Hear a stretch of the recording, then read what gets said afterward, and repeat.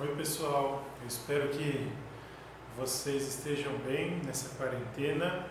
Infelizmente nós não podemos nos reunir fisicamente, pessoalmente, né? Mas vamos dar continuidade ao nosso curso de panorama do Antigo Testamento. E hoje nós vamos falar a respeito de Josué, Juízes e Ruth. Nós iniciaremos aí o panorama dos livros que a gente chama de históricos, tá bom? No Antigo Testamento. Então a gente vai começar falando a respeito de Josué. E o tema de Josué é vitória. Por que vitória? Porque depois de uma longa jornada no deserto, debaixo da liderança, primariamente de Deus, mas debaixo da liderança de Moisés, agora Josué assume a liderança, Deus dá a ele a liderança do povo, para que ele conduza o povo a conquistar a terra prometida, aquela promessa de onde os teus pés pisarem, que a gente conhece tanto, né? Foi feita para Josué, baseada lá em Gênesis, quando Deus promete a Abraão uma terra, tá bom? Então o nome do livro Josué significa Javé salva ou Javé é salvação, tá bom? Você tem aí na Septuaginta, que é uma versão grega ou helenizada do Antigo Testamento, que o nome seria Jesus, que é Jesus, né? Então, Deus ou Javé salva, Javé é salvação, ou então o nome grego que é dado para Josué, Jesus, tá bom? O livro vai registrar o cumprimento dessa promessa que foi feita a Abraão, conforme já mencionei, em Gênesis 12, 15, enfim, e é quando relata o momento de quando, debaixo da liderança de Josué agora, Israel conquista a sua terra, tá bom? A sua terra que foi prometida por Deus a Abraão. Tá bom? Agora, tem umas características e algumas informações interessantes para a gente pensar a respeito de como que foi que tudo aconteceu, qual era o momento que o mundo vivia quando Josué e Israel chegam para conquistar a terra, né? E conforme está escrito aqui, coincidiu, né? E entre aspas mesmo, com esse momento muito interessante a respeito de poder ali na região da Palestina. Porque o Egito estava enfraquecido, porque entre eles estavam brigando, então a liderança, o poder egípcio estava fraco, e a Assíria ainda não era um grande império, não era aquele império poderoso que foi nesse momento, ainda não chegou o momento da Assíria. E isso então facilita para que o povo de Israel se aposse da terra que havia sido prometida a Israel, né? Então esse momento é muito interessante, porque favorece muito um povo que andou por 40 anos no deserto, peregrinando, e aí agora eles precisam se organizar e planejar maneiras para conquistar a terra que foi prometida anos antes para Abraão. Então não é uma coincidência, né? A gente gosta de observar essas situações em que Deus providencia ou Deus provê os meios para que as suas promessas sejam cumpridas, né? E esse momento foi muito importante, é muito importante para que contribua para Israel conquistar a terra que havia sido prometida, tá bom? No livro de Josué você tem esses personagens aí religiosos, e isso diz muito respeito a mim e a você hoje também, mas porque Baal, ali você vai ver as nações que habitavam a terra prometida prestavam culto a Baal, que é o deus da chuva, da vegetação, a Azerá, que é a deusa da guerra e do sexo, e ela juntamente com Astarte eram esposas de Baal, de acordo com toda aquela religião pagã, e Anat, né, que era uma das deusas protetoras do sexo e da guerra também. Então, que o culto era, a Anat era um culto da prostituição, conforme você vê aqui no slide, e também do sacrifício infantil. Então, esse era o cenário religioso que havia na região quando Israel chega para conquistar a terra. Daí a importância de que você vê quando Deus, quando Ele ordena um ataque, quando Ele ordena que uma terra seja tomada, Ele fala, olha, extermine todos os seus inimigos. Porque sobrar um, pode ser que lá na frente tenha uma rebelião por parte daquela minoria que sobrou, mas também para proteger o povo contra outras religiões. E a gente sabe que o culto a Baal, a gente vai observar lá na frente que era uma coisa que foi muito, muito importante ali na questão de Israel se desviar para outras religiões por causa de Baal. Então, é um cenário extremamente importante que a gente precisa levar em conta, a gente precisa observar, até porque quando chega no momento em que Josué tem aquela fala daquele versículo que é muito conhecido entre nós, né? Eu e minha casa, nós serviremos ao Senhor. O momento ali é meio crítico, porque Josué está falando para o povo, eu e minha casa serviremos ao Senhor, e vocês devem escolher ao Deus que vocês vão servir. Do tipo, olha, eu já me decidi, agora vocês, cada um vai ter que decidir se vai servir a Deus ou se vai servir a Baal, a Azerá, qualquer outro tipo de Deus. É algo muito importante que diz muito a respeito do contexto, do ambiente em que Josué vive e tem essa tarefa muito, muito difícil de substituir Moisés e conduzir o povo para essa terra prometida, tá bom? Então aí um pouquinho dessa promessa que a gente conhece, tá? Deus disse a Abraão que daria uma terra e Deus determinou os limites, né? Então aí em Gênesis 13, 15, Deus falando para Abraão que vai dar uma terra para a descendência dele para sempre, para a descendência de Abraão para sempre. E também em Gênesis 15, você vê aí quando Deus traça os limites dessa terra. Olha só, versículos 15, capítulo 15, de 18 a 21.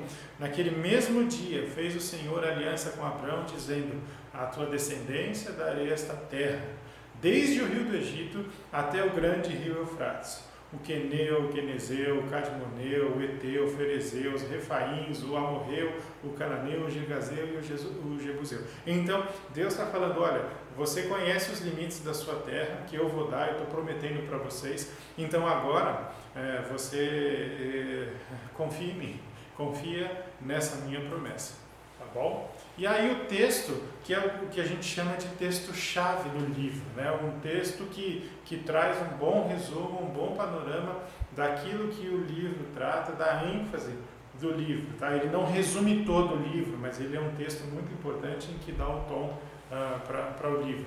Então, Josué capítulo 1, versículo 8. Não cesses de falar deste livro da lei, antes medita nele dia e noite, para que tenhas cuidado de fazer segundo tudo quanto nele está escrito. Então farás prosperar o teu caminho e serás bem-sucedido. Quando Deus fala, olha, medita nele dia e noite, Ele está falando, olha, você precisa refletir profundamente nessa questão. É algo que você precisa ler e cultivar o pensamento, voltar todos os seus pensamentos para isso, e quando você não estiver mais lendo, você continua refletindo a respeito daquilo que você leu. Para quê? Para que tenhas cuidado de fazer tudo quanto nele está escrito. Então você medita, não para adquirir conhecimento, não para memorizar versículos, mas você medita para que você tenha cuidado de fazer segundo tudo quanto nele está escrito, para que o seu conhecimento se transforme em prática, e uma prática coerente com aquilo que você absorveu, com aquilo que você aprendeu, tá bom? Para ser bem sucedido, então Josué precisava de 3 coisinhas. Tá? Primeiro, a palavra de Deus não poderia ser afastada da sua boca. Ele não poderia se esquecer de falar sobre a palavra de Deus todo o tempo. Lembre-se, a tarefa de Josué era dificílima. Moisés, um grande líder que tirou o povo do Egito, conduziu o povo no deserto, deixou o povo na porta da terra prometida. Agora vem Josué e que caminhou com Moisés, foi treinado por ele, com certeza, mas ele tem essa tarefa de substituir esse líder, né? E isso é um peso muito grande para Josué.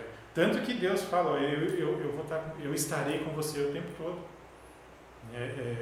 Vai lá, seja forte, seja corajoso, mas olha, uma coisa você precisa fazer. E aliás, 3 coisas. Não deixe de falar sobre a palavra de Deus. Não deixe de falar para o povo da palavra de Deus. Não deixe de falar para você mesmo a palavra de Deus. Tá? Ele deveria meditar na lei dia e noite. Aquela ideia, né? Você lê, você absorve, mas o momento não acaba ali, no momento da leitura. Você fecha o livro, você vai fazer outra coisa, mas você está pensando e meditando, refletindo sobre aquilo que você leu, para que você compreenda melhor sobre aquilo que você leu. E fazer tudo aquilo que estava escrito, obedecer à palavra de Deus. Se você não conhece, você não obedece. E se você conhece um pouco, você não obedece por completo. Então, Josué, ele tinha que comunicar, ele tinha que absorver, ele tinha que entender e ele tinha que praticar. E isso não era para Josué somente. Isso é para todos nós. Você não tem a mesma tarefa que Josué, mas você precisa falar sobre a palavra de Deus, você precisa refletir sobre a palavra de Deus e você precisa obedecer à palavra de Deus. Então, precisa observar todo o contexto aqui de Josué, olhar para a vida dele e entender que esse texto falava com Josué, mas ele fala para a gente hoje também. O estudo e o aprendizado devem formar parte da vida de uma pessoa, a fim de que as palavras sejam totalmente obedecidas, como em Deuteronômio 6, tá? Medita, guarda no seu coração a palavra de Deus, pratica ela todo dia, não se aparte dela, tá bom? E aí, essa promessa da presença de Deus em Josué, capítulo 1, versículos 5 a 9, olha que interessante, ela tem uma estrutura literária em que faz com que você observe e perceba que Deus estará com Josué. Lembra? Deus prometeu que acompanharia Josué, estaria com ele, fortaleceria ele para que ele pudesse cumprir tudo aquilo que ele precisava cumprir. E olha só, vamos dar uma olhada nessa estrutura aí que a gente chama de quiasmo. Se você gosta de português, literatura, você conhece essa estrutura que a gente chama de estrutura quiástica ou quiásmica, dependendo de onde você aprendeu. Aí em Josué capítulo 1, versículos 5 a 9. Olha só, no versículo 5, Deus dizendo, eu serei contigo. Nos versículos 6 e 7, Deus dizendo, esforça-te, tem bom ânimo. E aí o versículo 7 também, para que sejas bem-sucedido. E aí no versículo 8 tem o objeto, ele vai ter que esforçar, ter bom ânimo para que ele seja bem-sucedido. Então ele precisa meditar no livro da lei, ele precisa se debruçar sobre o livro da lei, então serás bem-sucedido. Você se esforça, tenha bom ânimo, porque eu, o Senhor, o teu Deus, eu sou contigo. Perceba essa estrutura aqui que acompanha, que ele começa falando que vai estar com Josué, depois ele termina falando que vai estar com Josué. Então, isso não está à toa aí, tá bom, gente? É justamente para enfatizar a ideia de que Deus está com Josué. E essa repetição de ideias, ela é proposital no livro, justamente para que primariamente para que Josué entendesse, o povo entendesse, e hoje para que a gente entenda que Deus é presente com o seu povo, tá bom? Então a base da confiança e força de Josué era a presença de Deus, né? A presença de Deus e o poder que Deus prometeu para Josué. Olha, seja forte, seja corajoso, vá em frente. Porém, existia uma questão que era muito importante, que a chave para o sucesso de Israel na conquista, a liderança eficaz de Josué e a presença salvífica de Deus com o povo, seria a fidelidade de Israel ao livro da lei. Gente, Deus vai estar com você, Deus vai te fortalecer, Ele é um Deus presente, Ele é um Deus que salva, Ele é um Deus poderoso, Ele é um Deus suficiente.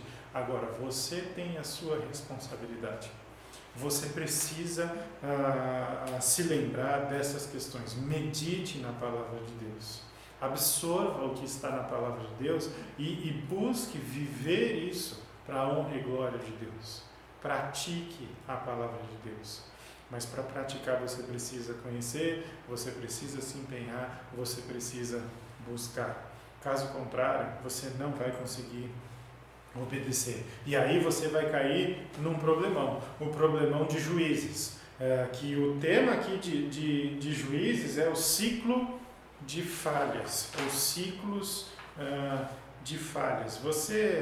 Você sabe muito bem, conhece toda a história de Juízes, porque aqui na Nova Aliança, recentemente o pastor Domingos expôs todo o livro de Juízes, então você já conhece, você já sabe que existia um ciclo, repetições de ações por parte do povo por causa da falta de sensibilidade deles para com a palavra de Deus e a falta de compromisso em obedecer, em se submeter à palavra de Deus. Então olha aí como é que acontece Juízes, aí o ambiente de Juízes. Josué estava morto e por 300 anos aproximadamente Israel não tinha um líder. Veja a importância que tem, a diferença que faz um líder no meio do seu povo, tá? Porque a partir de agora, a partir do momento que eles não têm liderança e o líder não fala, eles não têm acesso à palavra de Deus vinda de um líder, de alguém que dá a direção, práticas pagãs começam a surgir e começam a fazer parte do povo de Israel. E aí a gente está falando de Baal. Lembra de Josué, que a gente acabou de falar? Um personagem ali no cenário religioso é Baal. E agora o povo de Israel, o povo de Deus, está adorando a Baal.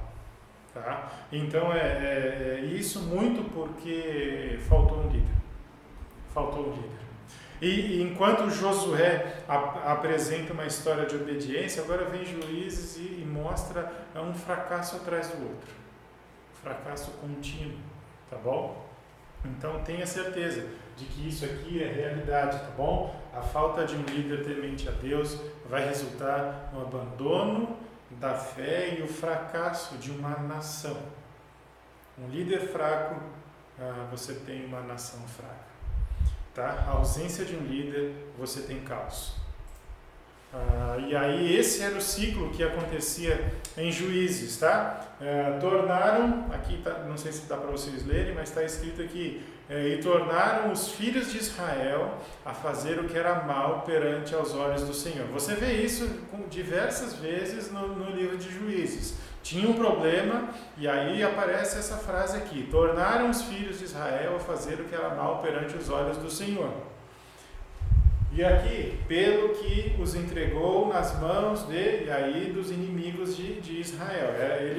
Eles pecavam, eles desobedeciam a Deus, Deus entregava os judeus, o povo de Israel, nas mãos dos seus inimigos. E o que o povo fazia? E clamaram os filhos de Israel e Deus lhes suscitou um libertador, levantou um juiz, como foi com Jefté, Gideão, Sansão, Débora, enfim.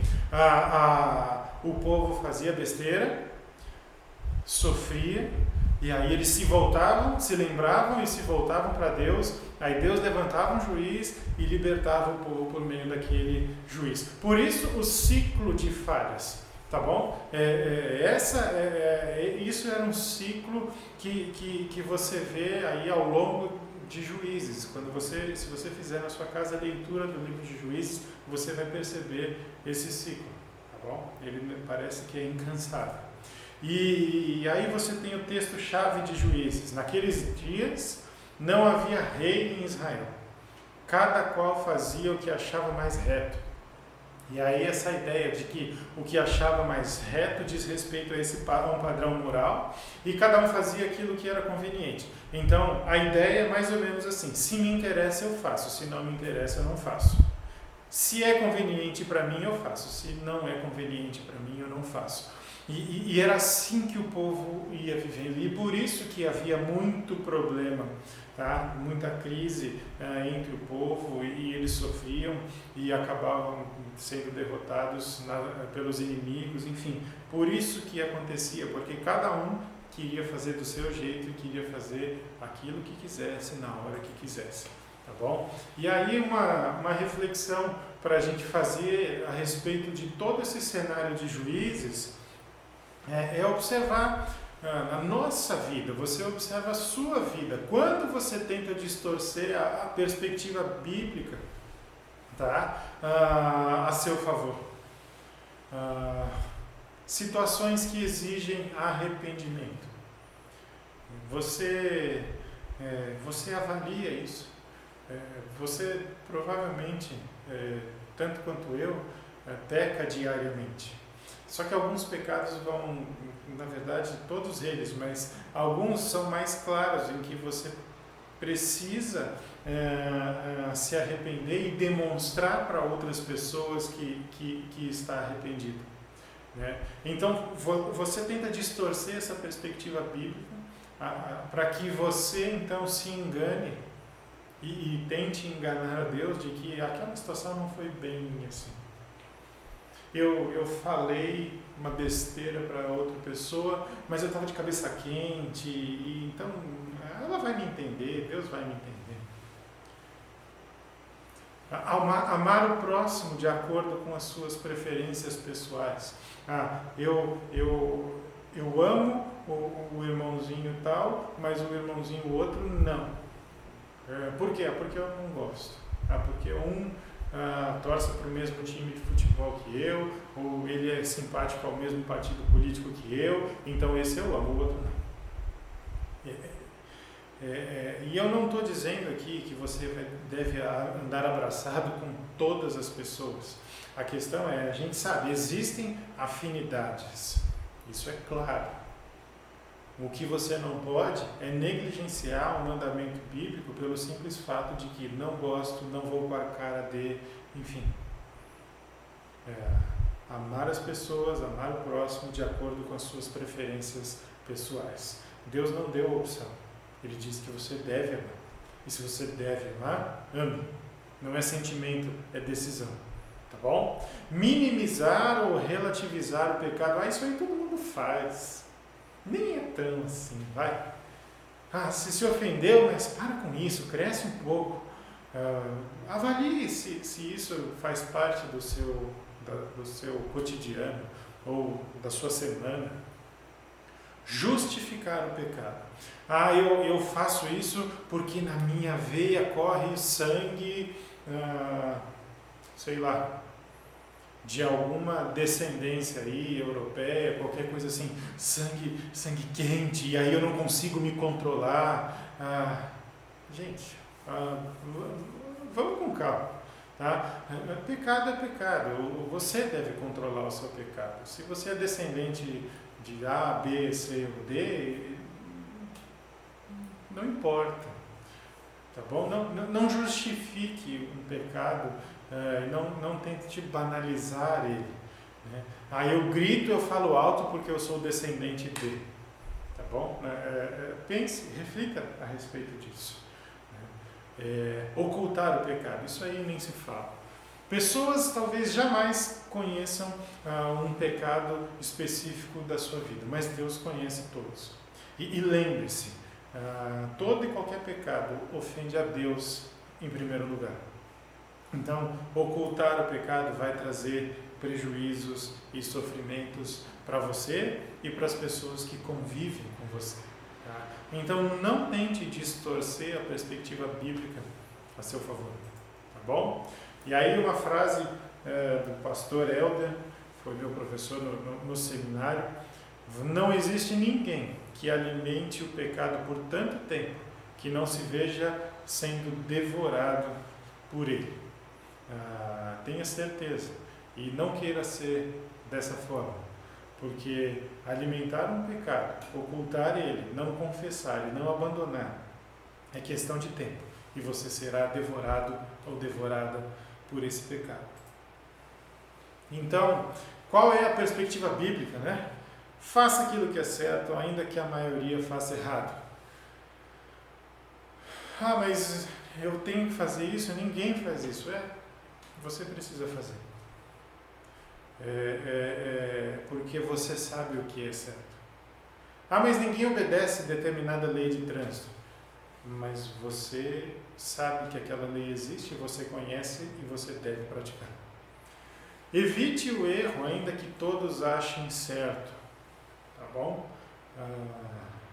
Você vê que todo mundo faz uma coisa e essa coisa está errada, não vá na de todo mundo. Se você tem consciência, primeiro faça o que é certo, depois alerte as pessoas que elas estão fazendo errado, ainda que elas não saibam. Faça o certo mesmo que ninguém esteja vendo. Quem é você quando você está sozinho? O que você faz? O que você pensa? Quem é você no seu quarto, sozinho? O que passa no seu coração, na sua mente? Tenha pessoas a quem prestar contas, isso é muito importante. Pessoas sérias com Deus, maduras, que você sabe que querem o seu bem, e que você sabe também que quando você confessar ou reconhecer determinado pecado, essa pessoa não vai banalizar e não vai zombar de você. Tá bom? Tenha alguém, pelo menos uma, duas pessoas para quem você possa prestar contas. Arrependa-se e abandone o pecado. Lembre-se, você precisa se arrepender e o outro passo é abandonar. Tá? E tenha a palavra de Deus como padrão para a sua vida. O padrão dele para você é a palavra de Deus. Não é o que pessoas dizem, não é o que pessoas pensam, não são ideologias que existem por aí, não. O padrão para você, para a sua vida, é a palavra de Deus. Tá bom? Agora a gente vai olhar para Ruth. E Ruth tem esse tema aí de amor fiel. Nos dias de Ruth, esse é o contexto de Ruth, havia fome na terra. E é interessante, mais uma vez, depois do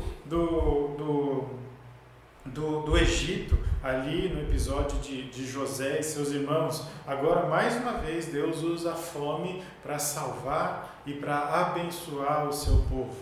E começa observando por quem era Ruth. Ruth era moabita. E Moabitas... os moabitas, para quem não sabe, eram um povo que surgiu a partir de um relacionamento de um pai com uma filha, a saber, de Ló e uma de suas filhas. Aí você tem Gênesis capítulo 19, versículos 36 e 37, que contam para a gente. E assim, as duas filhas de Ló conceberam do próprio pai. A primogênita deu à luz a um filho e lhe chamou Moabe. É o pai dos moabitas até ao dia de hoje. Eu acho que você já sabia disso, mas caso você não soubesse, olha só, a origem dos moabitas está aí, em Gênesis 19.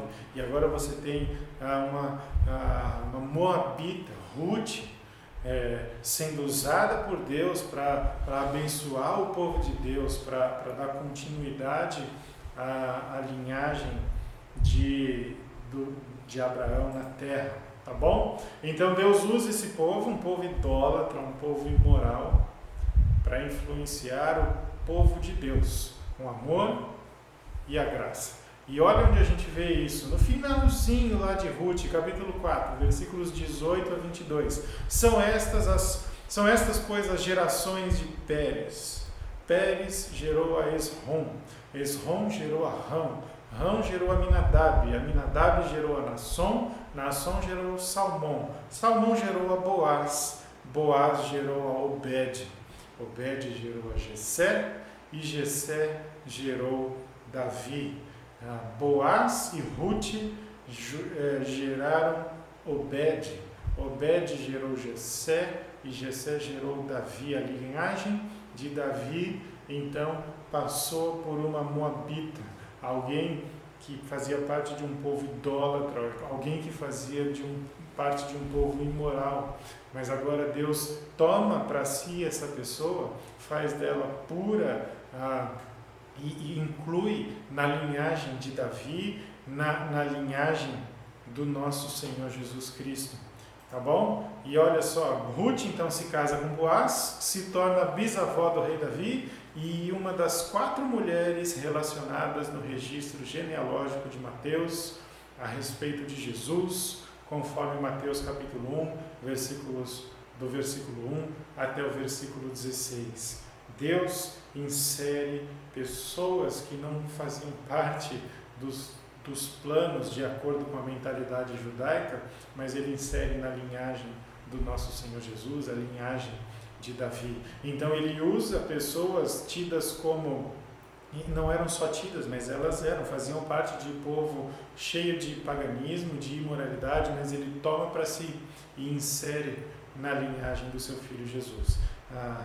Assim como eu e você fomos resgatados do mal, do pecado, da morte, e fomos inseridos, enxertados na família da fé.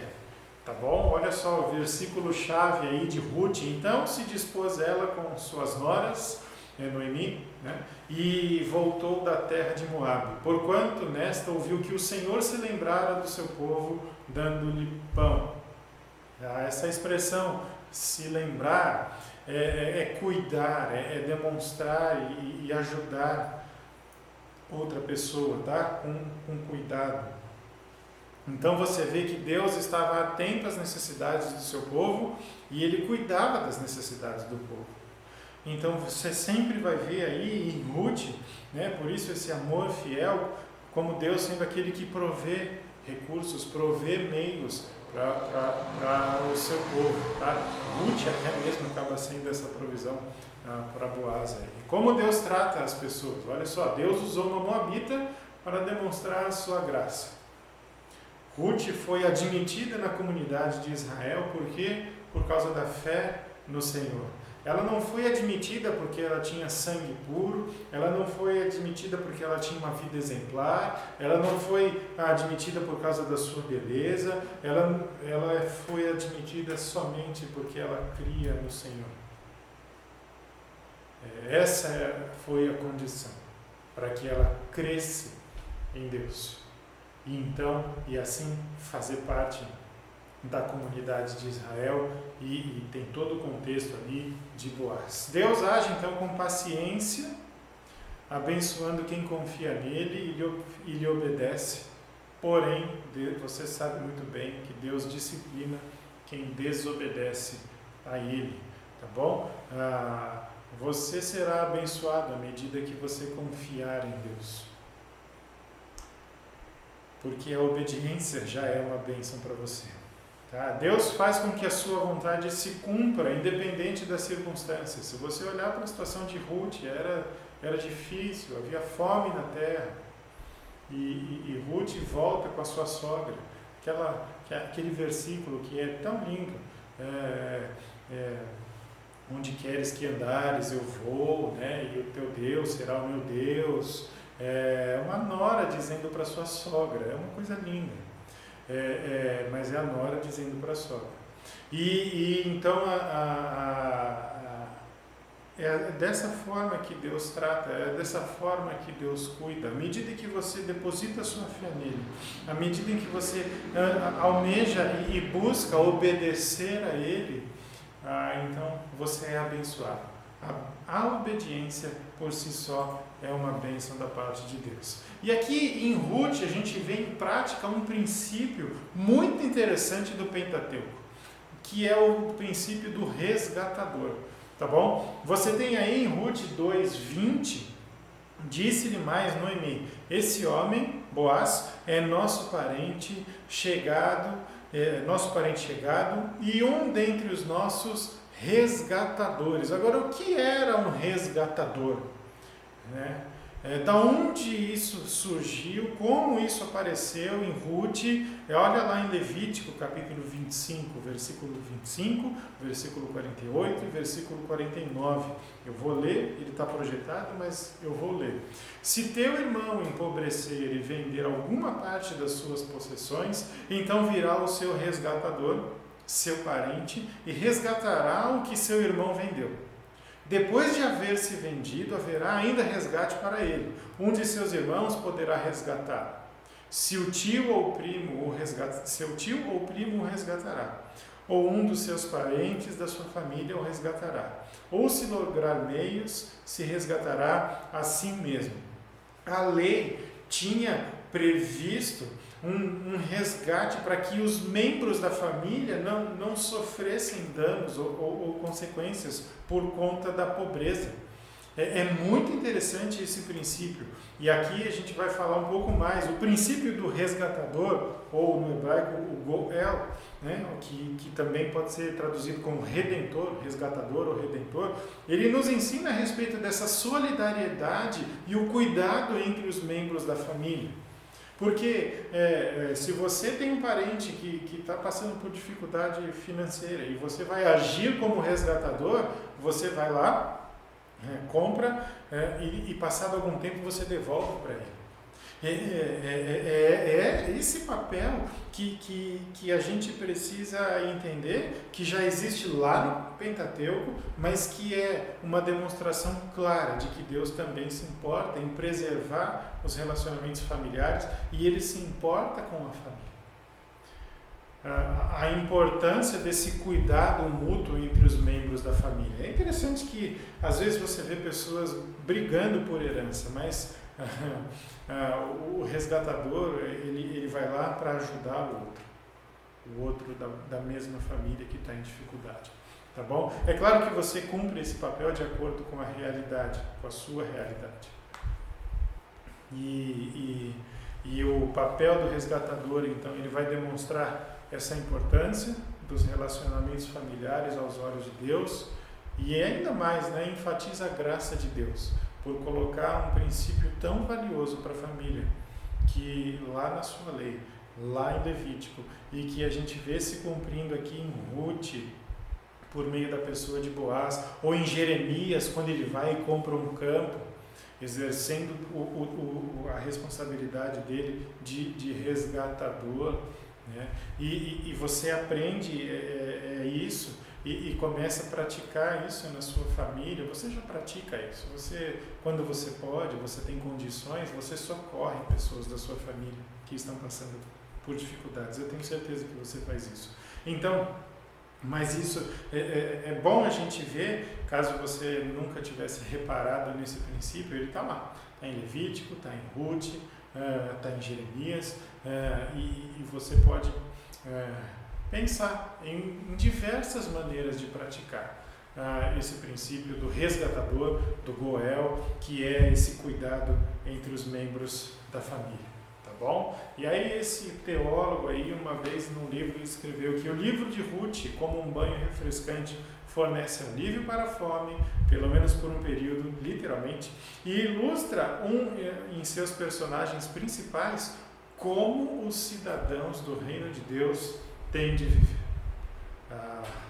De fato, você vê em Ruth a fidelidade dela para com Deus, você vê em Boaz exercendo o seu papel de resgatador e sendo generoso com as pessoas. Enfim, você vê aí exemplos práticos para a sua vida como filho de Deus e vê a graça de Deus claramente no seu povo, né?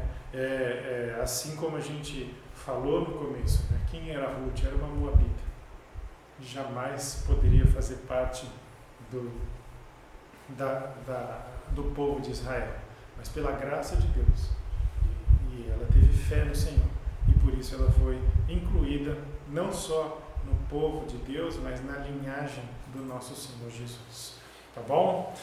Esse foi aí um breve comentário aí a respeito de Josué, Juízes e Ruth, esses primeiros 3 livros aí, históricos do Antigo Testamento, e logo a gente vai ter mais uma aula aí disponível para vocês, e eu espero que vocês tenham aproveitado. De verdade, quero que vocês saibam que eu estou à disposição de vocês para que vocês mandem mensagem no grupo ou no particular para a gente conversar a respeito do que a gente tem falado aqui. Tá bom? Se você chegou até o fim, muito obrigado pela sua paciência, que Deus continue te abençoando.